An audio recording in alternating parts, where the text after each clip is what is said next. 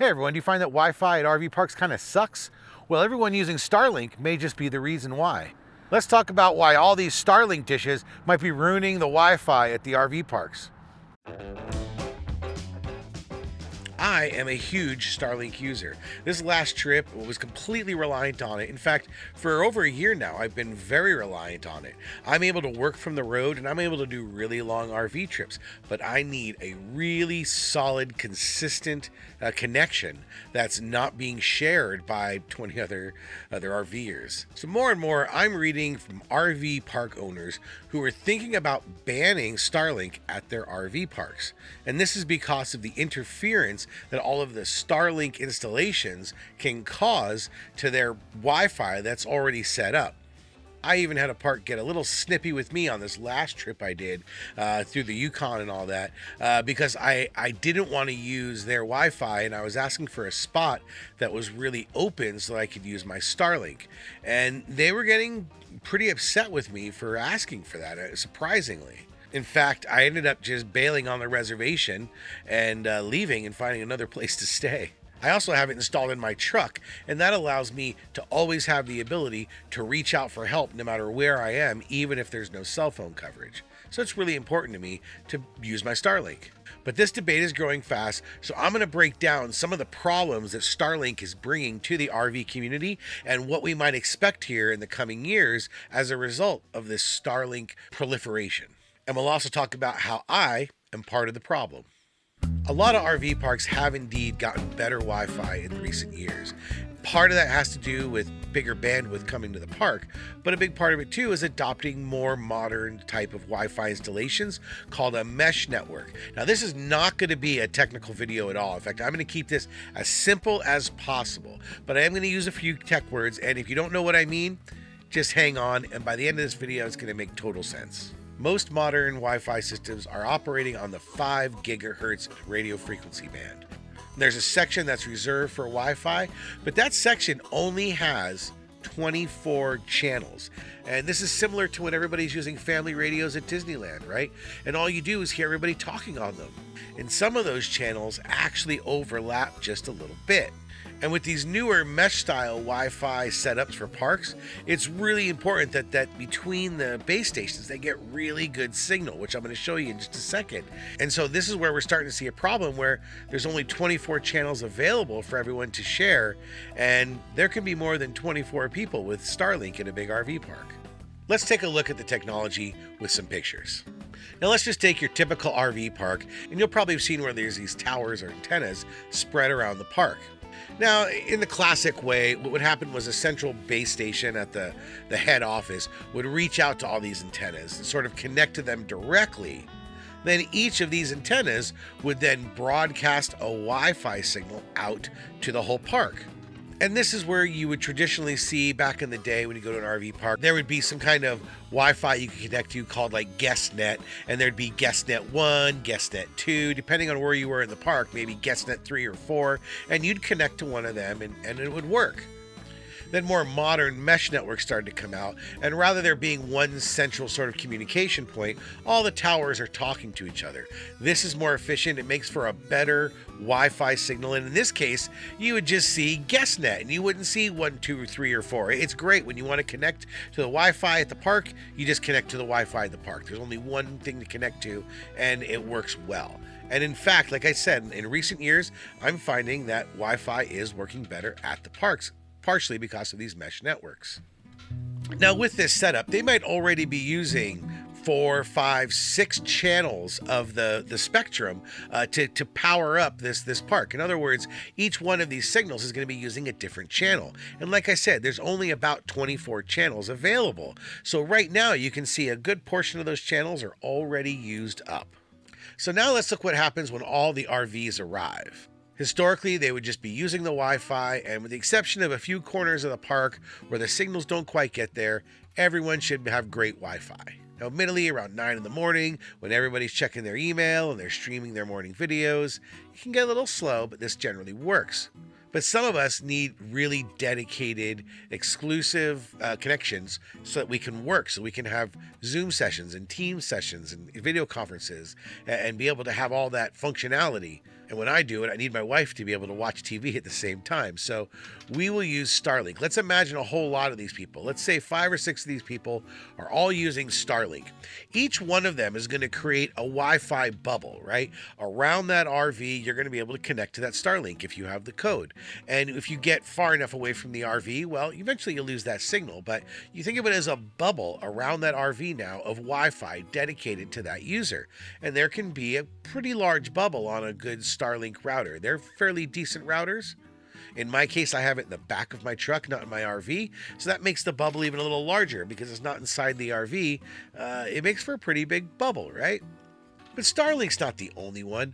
A lot of people out there have cellular-based Wi-Fi systems, so they actually have a special device that connects to the cellular networks, and they get their Wi-Fi that way. So you'll see other bubbles in the park of people who have, say, Rogers or Fido if they're up here in Canada, or maybe they've got AT&T or T-Mobile if they're down in the United States.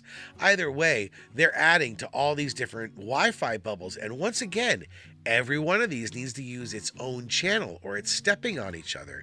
And there's no way to tell who's using what channel. There's only 24 of them, like I said.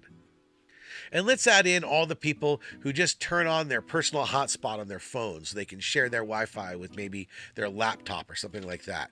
I'll occasionally do that with my cell phone, and that's creating even more Wi-Fi clouds all over the place. Now you add in a mesh network or even a traditional, more older style RV Wi-Fi network, and you just end up with all of these Wi-Fi clouds all stepping on each other, all interfering with each other. This is the problem. With only 24 channels available in the 5 gigahertz spectrum, there's no way to tell who's using what channel, and there's a decent chance that you're interfering with someone else's signal or their signal is interfering with yours.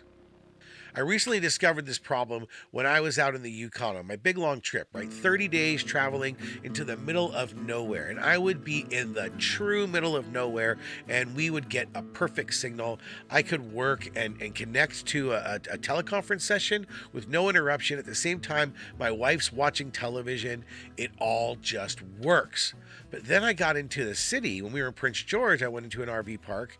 And all of a sudden, my first day of work, I was getting all kinds of slowness. My teammates were reporting that something changed. I'm not getting a good signal that day. And I couldn't quite figure it out. Talked to one of my network buddies here at the company. You know, I'm in a technology company. And we decided to try to resolve it. We cracked open the 2.4 gigahertz spectrum. That's the spectrum that they used to use on Wi-Fi. Maybe it's the old way, so it's usually not on by default. So we ended up turning that on, and even though that was a lower quality signal, it was not interfering with everybody else because that has less channels, admittedly, and it's lower quality. But if nobody else is using that spectrum, well, then it's kind of like you got the whole freeway to yourself. So we were able to switch to the 2.4 network, and I moved my router out of the back of the truck. We have a 50-foot cable. I moved it right to the side of my trailer, right under the wheel, right where my desk is in the inside, and then I had no problems the next couple of days. I had no interference, and likely my neighbors were getting better Wi-Fi because if I was getting interference, then they were probably getting interference too. This leads to the problem of an individual affecting the many, or does the individual turn off that Starlink and use the Wi-Fi so everybody gets a better signal? Starlink users like myself, we're not trying to cause interference, but folks who are working from the road, like me, who are using it professionally, we need dedicated coverage. Plus, if you're on Wi-Fi, you don't want me uploading my 2 gig and 3 gig YouTube movies while you're trying to watch your Netflix, right? It's almost better that I'm on my own network, but you can see how this affects other people. And Starlink routers, like I said, are a little stronger than some of the other brands out there. Some of the latest ones are set up to be their own mesh network. So we've got a whole lot of channels and clouds getting generated here when people are turning these things on. Interference is interference, right? We've been seeing it since the days of antenna TVs, and it's no different than that, only it's just digital now. And sadly, those newest Wi-Fi systems that the RV parks are setting up, even though they generate a better Wi-Fi environment for you to use, they're more vulnerable to these interference clouds that are being created by everybody setting up their own Wi-Fi for themselves using Starlink and other providers. So, from a Starlink user's perspective, look, people need to rely on it. They need to rely on it for their work, travel, and safety. We have seen that RV parks are not always reliable, especially when you need that Wi Fi. That's sort of when everyone else needs it too. And during the prime times, 5 to 8 o'clock at night, say 8 to 10 in the morning, it can be really hard to use park Wi Fi. So, this is why people have their own sources. But from the RV park's perspective, you bringing your own Wi-Fi system means that you're now interrupting everybody's enjoyment of the regular Wi-Fi system. Maybe not you alone, but you and all the other Starlink and Wi-Fi hotspot users are all generating this interference that's affecting the regular park users.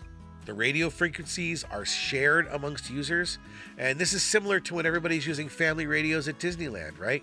Nobody can really use family radios at Disneyland because everybody has them, and all you do is hear everybody talking on them.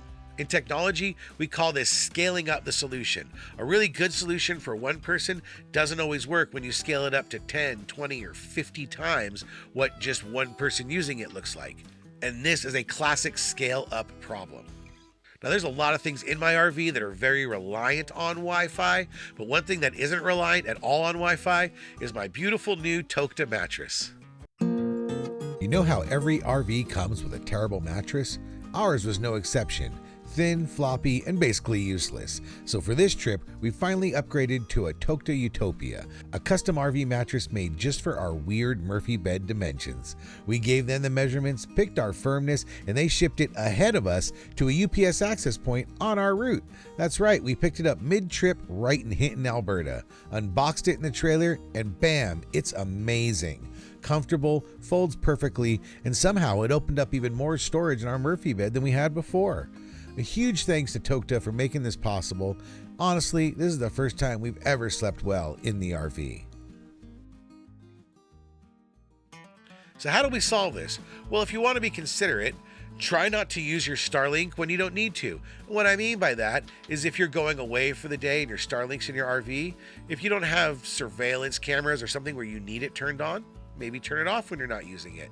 This allows the rest of the park to have a better signal. Another thing you can do is reduce that bubble. And the way you do that is by maybe having your Starlink router inside your trailer, especially if it's an aluminum frame trailer. It's going to be kind of like a Faraday cage. It's going to keep some of the signal going out. Again, I'm the worst culprit here because I have it mounted in my truck and I have it mounted very high in the box so that my RV can actually pick up the signal from my truck. So it's not the most considerate when it comes to this department. And sadly, I do leave it on almost all the time. Another thing you can do is you can switch to the 2.4 or start up your 2.4 gigahertz spectrum. So my Starlink, when I turn it on, actually gives me two Starlink options. I can go into RVing with Joe, or I can go into RVing with Joe 2.4, which is set up to be that second cloud. Am I adding to the clouds? Yes, I am, but I am adding it to the less popular one. And if I'm having problems with one, I can always switch to the other. So selfishly, that works better for me, but again, doesn't solve the problem for everybody else. So are RV parks banning Starlink?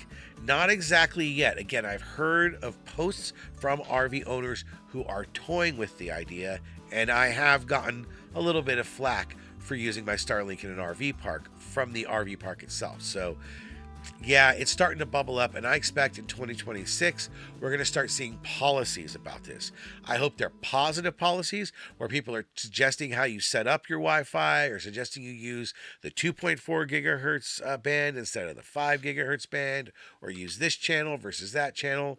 But again, it's not quite there yet, and I'm not really sure what the solution is going to be for all the folks that are out there that aren't very technical and don't even really know how to access their router to change the settings. But of course, I want to hear, what is your experience? Are you someone who avoids the Wi-Fi? Have you noticed it getting better in recent years? Have you noticed it get worse if there's a lot of Starlinks out there? Maybe now that I mention it, people will start looking for that. And please don't go beat up on the people with Starlinks and such. To be honest, you can't tell who has a Wi-Fi cloud most of the time. Starlinks are obvious, but if they've got a cellular Wi-Fi jetpack or a hotspot set up, you're not going to know that. So let's not go around trying to find who the culprit is. is. But let's start trying to figure out if there's a better way for us to all do that so that we can all share these resources, these limited number of channels, and not step on everybody's Wi-Fi experience, which is what I'm afraid is going to keep happening more and more until this is solved. Let me know your thoughts. I want to hear what you think about it. We've been a little delayed putting out videos lately, and that's because, well, we both got really, really bad colds, almost flus, and I'm just getting over it, which you might have heard in this video. So please make sure you subscribe if you haven't already subscribed. RVing with Joe has been dropping a few subscribers since we launched the other channel, so I need to get a comeback. If you haven't already subscribed, please do. If you did subscribe before, check to make sure that you haven't been unsubscribed, which occasionally seems to happen. I want to thank you for your time, and as we get closer to these wonderful holidays, I wish you the happiest of holidays. Get to that vacation because 2026 is almost here and we all need to get out there and get busy living. Thanks, everyone.